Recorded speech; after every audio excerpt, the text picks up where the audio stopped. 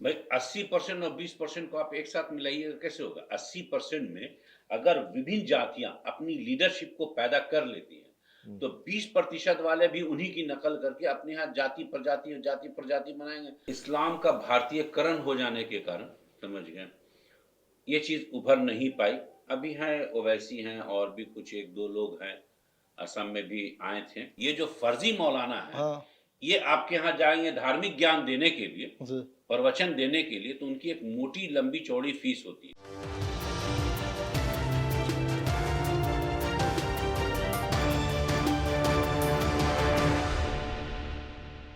नमस्कार, आदाब, सत श्री अकाल। मैं हूं मनोज नारायण। बिहार चुनाव के बाद में एक ऐसा पहलू जिस पर राजनीतिक बहस छिड़ गई है, वो है अल्पसंख्यक मामला। मुस्लिम वोट बैंक की राजनीति, चूंकि मुस्लिम वोट बैंक की राजनीति सत्ता का केंद्र बना रहा है शुरू से। बिहार में अगर बात करें तो बिहार में 18% और देश की बात करें तो देश में 20% की जनसंख्या वाले अल्पसंख्यक की राजनीति किस दिशा और दशा में जा रही है, इस पर हम लोग चर्चा करेंगे। बहुत बड़ी बहस करेंगे आज। और बहस करने के लिए हम लोगों के साथ में हैं, मुस्लिम मामले में जानकार हैं और राजनीतिक विशेषज्ञ हैं, अशफाक रहमान जी। आपका स्वागत है सर। और मंथन टुडे के संपादक हैं सिराज अनवर साहब जी। आपका भी स्वागत है सर। सबसे बड़ा सवाल सर आपसे कि मुस्लिम समुदाय में कोई वैसा माकूल नेता आपको दिखाई दे रहे हैं? नहीं, नेता तो मुस्लिम समाज में हमेशा रहे हैं, लेकिन चूँकि ज़्यादातर जगहों पे ये देखा गया कि इनके अंदर जो चीज़ है वो राजनीति के जगह वो अपने अपने तक सिमट गए और मुस्लिम नाम वाले लोगों को लोगों ने नेता समझ लिया। नेता दरअसल वो होता है जो अपने से अपनी ज़मीन खड़ा करे, एक दिशा दे। दिशा की जहाँ तक बात है, तो वैसा नेतृत्व यहाँ पे उभरने नहीं दिया जाता है। एक तो ये भी है, दूसरी कारण है कि यहाँ की जो जनता है, वो इस्लाम का भारतीयकरण हो जाने के कारण, समझ गए, ये चीज़ उभर नहीं पाई। अभी हैं ओवैसी हैं और भी कुछ 1-2 लोग हैं, असम में भी आए थे। तो उनको उनके समाज से ही मान्यता नहीं दी जाती है, यही इनके विफलता का कारण है। आपने एक बहुत बड़ी बात कही कि इस्लाम का भारतीयकरण हो गया, इससे क्या मुराद है? देखिए, पहली चीज़ तो ये कि भारत में प्रजातंत्र है, डेमोक्रेसी है। आपको ये समझना पड़ेगा कि जब डेमोक्रेसी है, डेमोक्रेसी की शुरुआत कहाँ हुई है? प्रजातंत्र की। दुनिया में प्रजातंत्र की जो शुरुआत हुई है, वो पहली डेमोक्रेटिक बैठक जो हुई है, उसका पहला पार्लियामेंट जो है वो मस्जिद नबवी है, समझ गए? जहाँ खलीफा चुने जाते थे, अच्छा। यानी डेमोक्रेसी के द्वारा। राजा, बाप राजा तो बेटा राजा, ये इस्लाम में नहीं है। इसके लिए करबला जैसी जंग हुई है, उसको समझ लीजिए।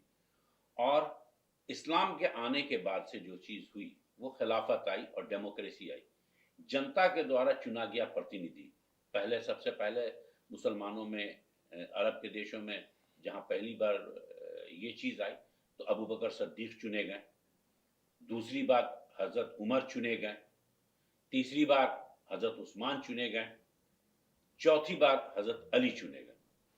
ये एक सिलसिला चला, लेकिन इसमें से कोई भी नॉमिनेटेड नहीं थे, ये अच्छा। इलेक्टेड थे। तो इसमें और स्वतंत्र इलेक्टेड थे। किसी में भी बाप के बाद बेटा नहीं। अगर बाप के बाद बेटा होता, तो हज़रत अली रसूलुल्लाह के दामाद भी थे, समझ गए, और सबसे नज़दीकी बीवी फातिमा के हस्बैंड थे।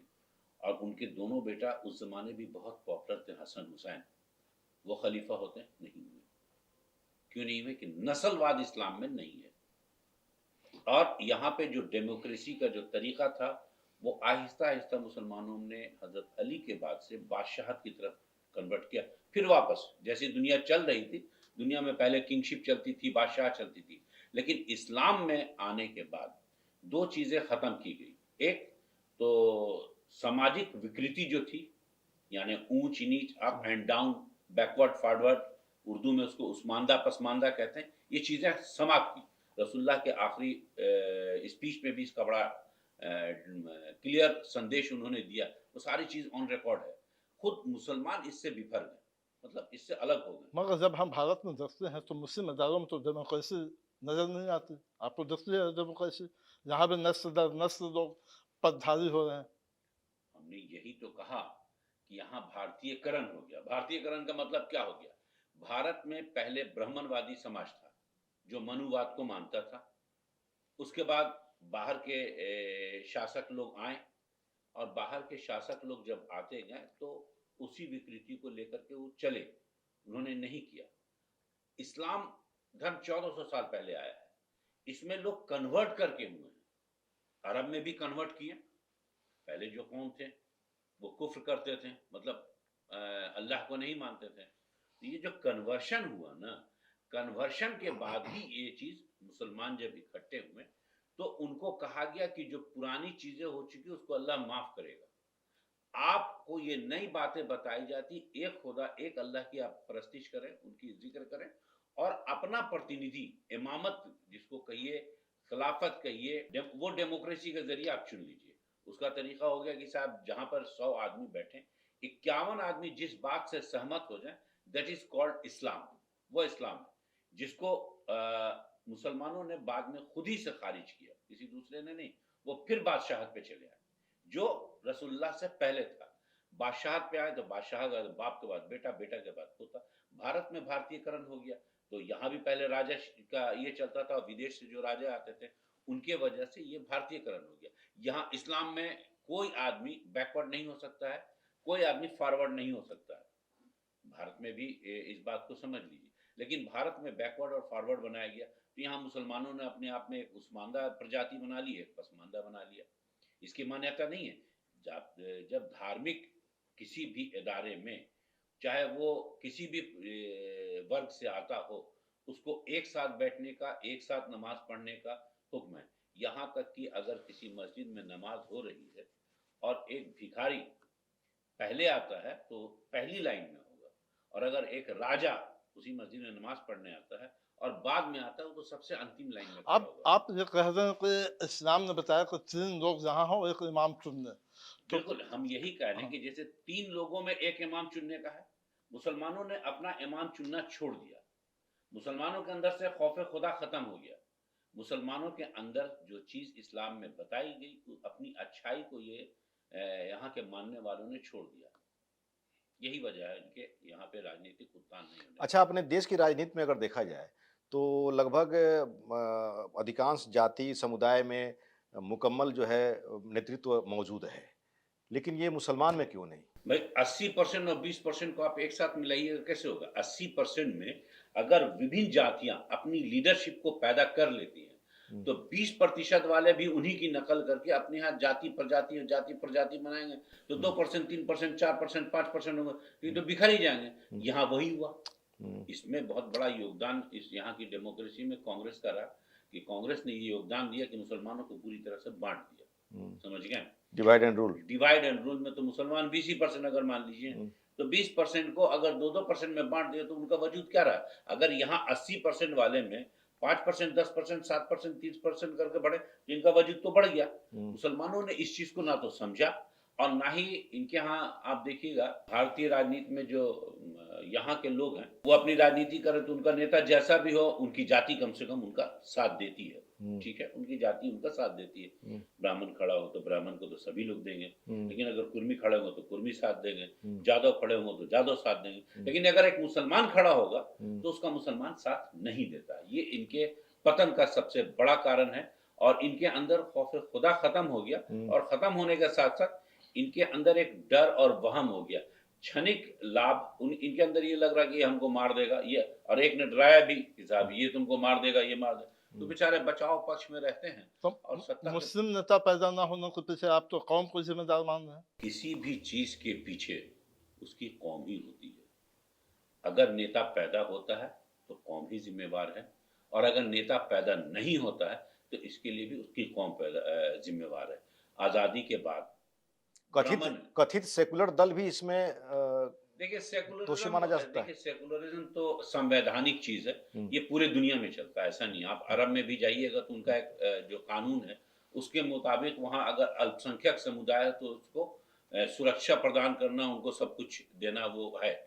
भारत में भी वही सेकुलर है, आप अमेरिका में भी जाइएगा तो वही सेकुलर है। ये संविधान हम दरअसल, ठीक है बाबा साहब अम्बेडकर ने लिखा, हम कह देते हैं, लेकिन दरअसल हम ये संविधान पूरा का पूरा उठा करके लेके चले आए इंग्लैंड से, क्योंकि इंग्लैंड से ही हमको आज़ादी मिली थी, तो हम इंग्लैंड का उठा के लेके आए। आप यहाँ तक देखिएगा कि वो तो अभी थोड़ा बहुत कुछ बदला जा रहा है, नहीं तो सारे आईपीसी जो धाराएं हैं अपराध के मामले में और मामलों में, वो सारी धाराएं वही है। तो आप ब्रिटेन में लॉ की पढ़ाई करें, यहाँ कर लीजिएगा, लेकिन अगर आप चाइना में लॉ की पढ़ाई करें तो भारत में प्रैक्टिस नहीं कर सकते। बाबा साहब से एक याद आया कि बाबा साहब को महाराष्ट्र में हरा दिया गया था, कोलकाता से मुसलमानों ने उन्हें जिता कर भेजा अम्बेडकर साहब को, तो दलित मुस्लिम अलायंस क्यों नहीं बन पाया? वजह आप ये मान लीजिए कि इनको यहाँ पे महसूस ये हो गया कि ये खुद यूनाइट नहीं है, इनको सत्ता में आना था।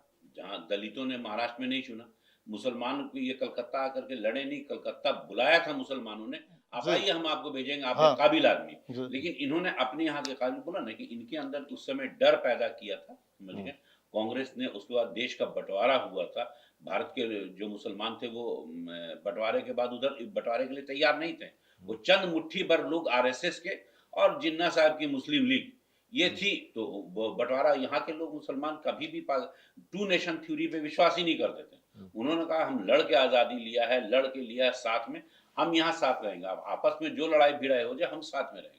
तो मुसलमानों ने इस चीज़ को एक्सेप्ट नहीं किया। आज इसी वजह से पाकिस्तान से दुगनी आबादी मुसलमान की भारत में, या पहले समझ लीजिए, पाकिस्तान एक छोटे से हिस्से में बटा, वहाँ हिंदू हैं, ईसाई हैं, बाकी दुनिया की सारी जातियाँ हैं, लेकिन भारत में उसका दुगना मुसलमान है, क्योंकि ये अपना देश छोड़ करके जाने को तैयार नहीं थे, ये लोग नहीं गए। अम्बेडकर साहब ने पद नहीं लिया, गांधी जी ने पद नहीं लिया, तो क्या मौलाना आज़ाद को पद लेना चाहिए था? मौलाना आज़ाद ने क़यादत को जहाँ पर वज़ारत ले ली, उससे नुकसान हुआ मुस्लिम लीडरशिप को। ये तो बहुत ज़माने पहले मैंने कहा था कि कांग्रेस में जो मुसलमान थे, पढ़े लिखे तो थे, लेकिन कहीं ना कहीं वो थोपे हुए भी मुसलमान थे।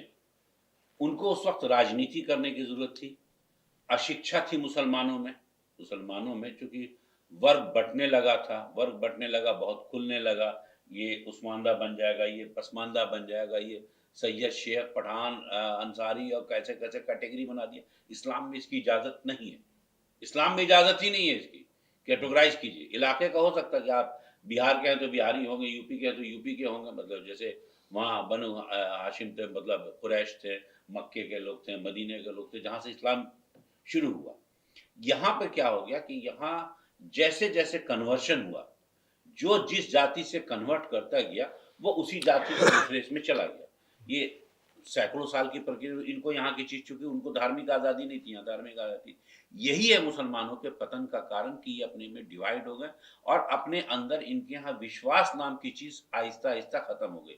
क्योंकि इस्लाम की जानकारी जब इनके अंदर से खत्म हो जाएगी तो इस्लाम की जानकारी है ही नहीं, तो फिर ये मुस्लिम नेतृत्व को समझेंगे कहाँ से। इनके यहाँ इमाम का या लीडरशिप का कितना बड़ा वैल्यू है, आप इस बात को समझिए। मैं इसको मिसाल देता हूँ रसूलुल्लाह से, हुजूर से। हुजूर ने हुक्म दिया, तमाम चीज़ें जितनी भी बातें बताई, बताने के साथ एक खास चीज़ भी उन्होंने कहा कि लीडरशिप बहुत है। 2 आदमी से 3 आदमी होते हो तो एक आदमी अपना इमाम चुन लो, और जो तुम्हारा लीडर कहेगा कि इस दिशा में, मतलब कहीं निकल रहे हो, तो एक आदमी लीडर हो जाएगा। तो एक लीडर हो जाए, जो लीडर चाहे तुम्हारा लंगड़ा ही क्यों ना हो, उसकी बात तुम दोनों को माननी होगी, तब तुम कामयाब रहोगे और यूनाइट रहोगे। ये एक बहुत बड़ा मिसाल दिया। लेकिन उनके हर हुक्म को माना गया, उन्होंने ये लीडरशिप पे हुक्म दिया, और उनकी जिंदगी का जब खात्मा होता है तो इस लीडरशिप को उससे आप जोड़ के देखिए। उन्होंने एक हुक्म और दिया कि जब मुसलमान में कोई बच्चा या कोई आदमी या घर में आपके कोई आदमी खत्म हो जाता है, मर जाता है, तो जितना जल्द हो सके उसको सुपुर्द खाक कर दिया जाए। जो उसके रस्म नहलाइए, नमाज पढ़ाइए जनाजे की, और उसको जनाजे को दफन कर दिए जितना जल्द हो सके। मतलब उसमें 1 दिन 2 दिन 3 दिन 4 दिन रखने की इजाजत नहीं है।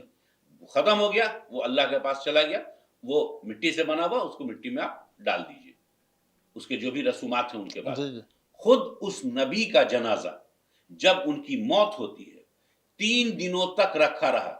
अच्छा, ऐसा? बहुत बड़ी बात है। हाँ। आपको कोई उलमा ये समझाता हाँ, है? वही मैं बोल रहा हूँ कि ये बात तो मैं पहली बार सुन रहा हूँ। किसी उलमा ने बात नहीं बताई है। पहली बार नहीं, ये तो एक सच्चा इतिहास है। और मुसलमान जो उलमा हैं, उलमा क्या है, हम तो उनको फर्जी मौलाना कहते हैं। अच्छा। वो अपनी दाल रोटी इस्लाम के ज़रिए पाल रहे हैं, वो इस्लाम की जानकारी लोगों को दे नहीं रहे। तो हम इसको इस ढंग से आपको बताना चाह रहे हैं जी। कि लीडरशिप की क्या वैल्यू है।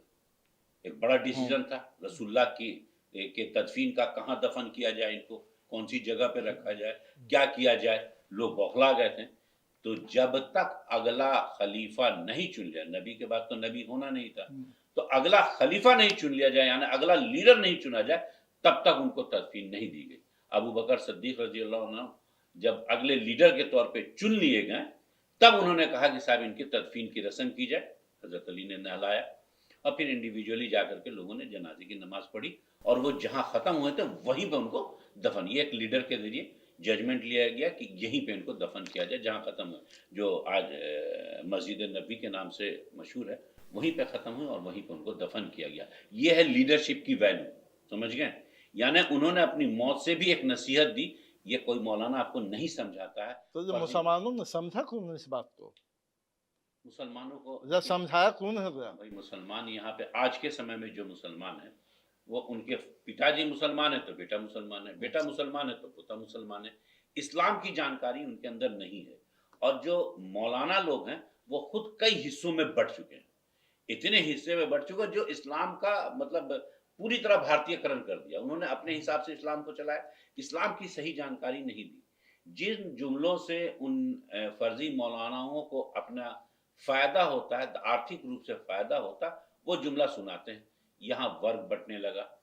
जब वर्ग बंटने लग गया तो लीडरशिप आएगी कहाँ से? ये सब के सब जो है ढोंगी किस्म के बन गए और धार्मिक चीजों को या धार्मिक बातों को, धार्मिक वार्तालाप को, धार्मिक ज्ञान को अपने अर्थ से जोड़ लिया, मतलब अपने पैसे से जोड़ लिया।